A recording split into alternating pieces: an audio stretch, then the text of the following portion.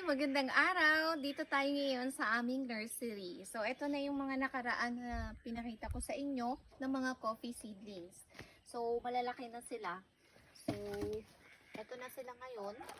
So, meron na silang mga 4 to 5 mga leaves. So, dyan lang yan sila hanggang ready na sila for plantation.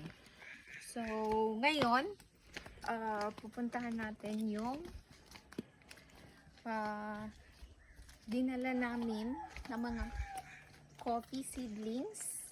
Ito, galing sa bayan. Kakadala lang namin ito ngayong araw. So, ito, itatanim namin ito pag nagsimula ng umulan ng mga June or July.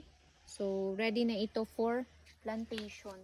So, etong mga coffee trees na to, siguro mga 2 to 3 years lang, may mga bunga na yun sila.